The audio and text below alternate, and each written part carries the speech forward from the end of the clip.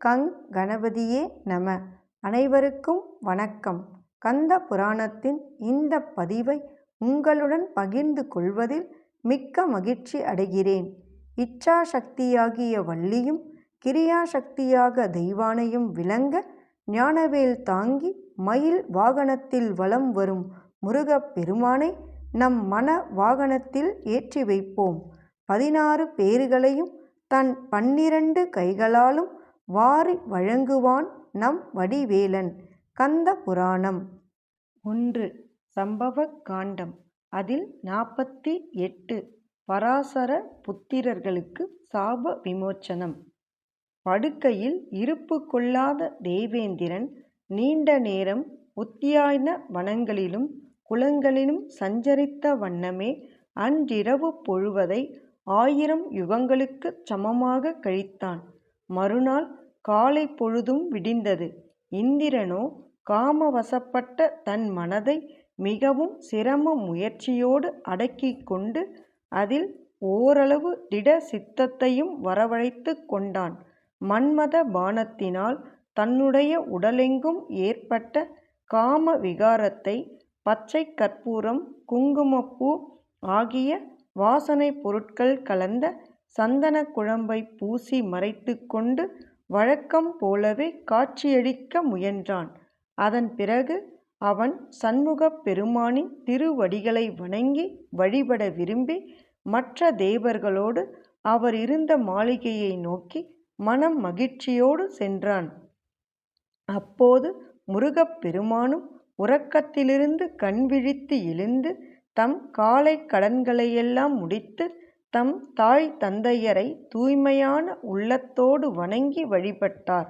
அவருடைய பூஜைக்கான பூக்கள் முதலான பூஜை பொருட்களை சேகரிப்பதில் முனைத்திருந்த விஷ்ணு, பிரம்மா, தேவேந்திரன், தேவர்கள், சாத்தியர்கள், விஸ்வேதேவர்கள், சித்தர்கள், வித்யாதரர்கள் ஆகியோர்கள் அனைவரும் பய பக்தியோடு பணிவிடைகள் புரிவதில் ஈடுபட்டார்கள்.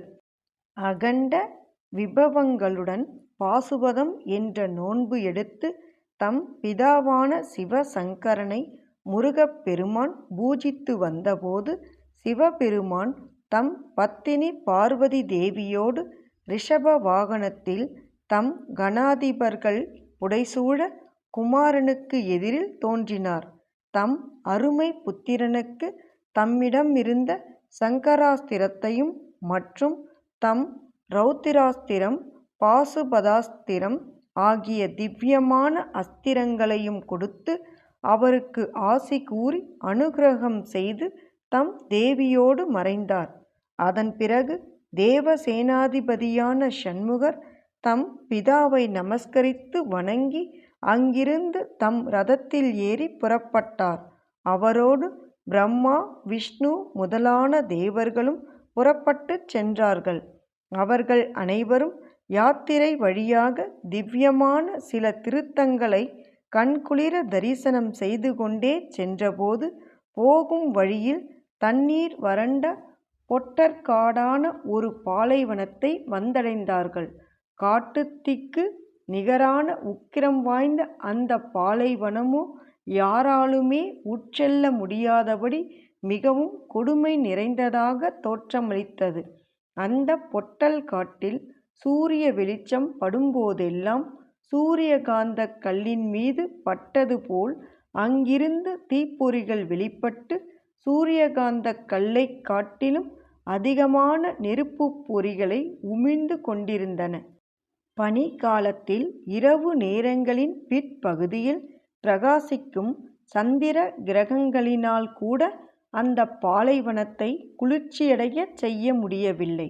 அங்கே முளைத்து கிடந்த சப்பாத்தி கள்ளி முதலான முட்செடிகள், மரங்கள் எல்லாம் மழை காலத்தில் கூட கடுங்கோடையின் வெப்பத்தை இடைவிடாமல் அனுபவித்து கொண்டிருந்தன. அங்கே வெடித்து கிடந்த பூமியின் அதலம் என்கின்ற கீழ் லோகத்தில் வசித்து வரும் சர்ப்பங்களுடைய படங்களின் மீதுள்ள இரத்தினங்களின் பிரகாசம் எச்சமயத்திலும் ஒளி வீசி திகழ்ந்து கொண்டிருந்தது. ஏதாவது விலங்குகளோ பறவை இனங்களோ அங்கு தப்பித் தவறி சென்றுவிட்டால் கூட அவற்றின் உடல்கள் ஒரு கணத்திற்குள் பொசுங்கி சாம்பலாகிவிடும். விஷத்திற்கு ஒப்பான கொடிய பாலைவனமான அந்த பொட்டல் காட்டின் வழியாக முருகப்பெருமான் பிரயாணம் சென்றபோது அங்கிருந்த சகல பிராணிகளுக்கும் அது மன மகிழ்ச்சியையே கொடுத்தது. ஸ்கந்தர் அந்த பாலைவனத்தை சகல தேவர்களோடும் கடந்து சென்று மலைகளுக்கு அரசனாக விளங்கும் திருப்பரங்குன்றத்திற்கு வந்து சேர்ந்தார். அந்த அழகிய மலையில் தப்தர், அனந்தர், நந்தி, சதுர்முகர், சக்கரபாணி, மாலி என்னும் 6 முனிவர்கள் தங்கி வசித்து வந்தார்கள். அவர்கள் சிவகுமாரனை வெகு தொலைவிலிருந்து பார்த்து கொண்டே மிகுந்த வணக்கத்தோடும் பயபக்தியோடும் நமஸ்கரித்தார்கள். அப்போது தேவேந்திரன் சண்முகப் பெருமானுக்கு அம்முனிவர்களைப் பற்றிய வரலாறுகளையெல்லாம் கூறி விளக்கலானான். சிவகுமாரரே, இந்த 6 முனிவர்களும் வியாச முனிவரின் மூத்த சகோதரர்கள், பராசர முனிவரின் மைந்தர்கள். இவர்கள் 6 பேரும் கேடுகெட்ட மதியோடு சரவணப் பொய்கையிலுள்ள மீன்களைப் பிடித்து அவற்றின் வாயில் கயிறுகளைக் கோர்த்து கட்டி கரைக்கு இழுத்து கொண்டு வந்து விளையாடி பொழுது போக்கினார்கள். அதை பார்த்துவிட்ட இவருடைய தந்தையான பராசர முனிவர், கெட்ட மதிபடைத்த குமாரர்களே, அந்த மீன்களை நீங்கள் அறிவு கெட்டத்தனமாக துன்புறுத்தி மகிழ்கிறீர்களே, இவைகளைப் போன்ற மீனாக நீங்களும் மாறக் கடவீர்களாக என்று சபித்துவிட்டார்.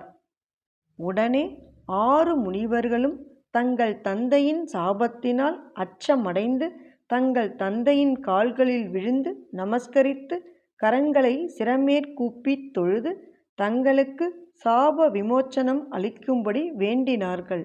பராசரரும் தம் புத்திரர்களின் அச்சத்தை போக்கும் வகையில், என் அருமை குமாரர்களே, பர்வதராஜ குமாரியான பார்வதி தேவியின் தாய்ப்பாலை நீங்கள் எப்போது அருந்துகிறீர்களோ அந்த வினாடியிலேயே நீங்கள் இந்த சாபத்திலிருந்தும் விடுதலையடைந்து உங்கள் சுய உருவங்களை பெற்று விடுவீர்கள் என்று கூறினார்.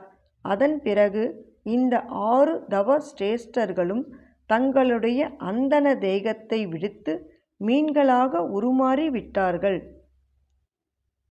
எண்ணிய பொருளை அருளச் செய்யும் கந்த புராணத்தை காதலுடன் இப்புவியில் படிப்போர், கேட்போர், நினைப்போர் யாவரும் பசு, பத்தினி, உறவினர், புத்திரன் ஆகிய அனைவரோடும் ஆனந்த வாழ்வை வாழ்ந்து இந்திரனைப் போல தலைமைத்துவமும் இன்பமும் மிக்க வாழ்வையும் வாழ்ந்து இறுதியில் பரமானந்த நிலையாகிய சிவபத பேரும் பெறுவர். வேலும் மயிலும் சேவலும் துணை. கந்த புராணத்தின் தொடர்ச்சியை தொடர்ந்து கேட்க நமது ஆர்கேஎன் காலம் சேனலை சப்ஸ்கிரைப் செய்து பெல் ஐகானையும் கிளிக் செய்யுங்க. இந்த பதிவினை நமது ஆன்மீக அன்பர்கள் அனைவருக்கும் மற்றும் புராணங்களை கேட்க விரும்புபவர்களுக்கும் ஷேர் செய்யுங்க. பிடித்திருந்தா மறக்காம லைக் பண்ணுங்க, கமெண்ட் பண்ணுங்க. தொடர்ந்து கேட்பவர்கள் அனைவருக்கும் எனது மனமார்ந்த நன்றி. நாளையும் வருவான் நமது வடிவேலன்.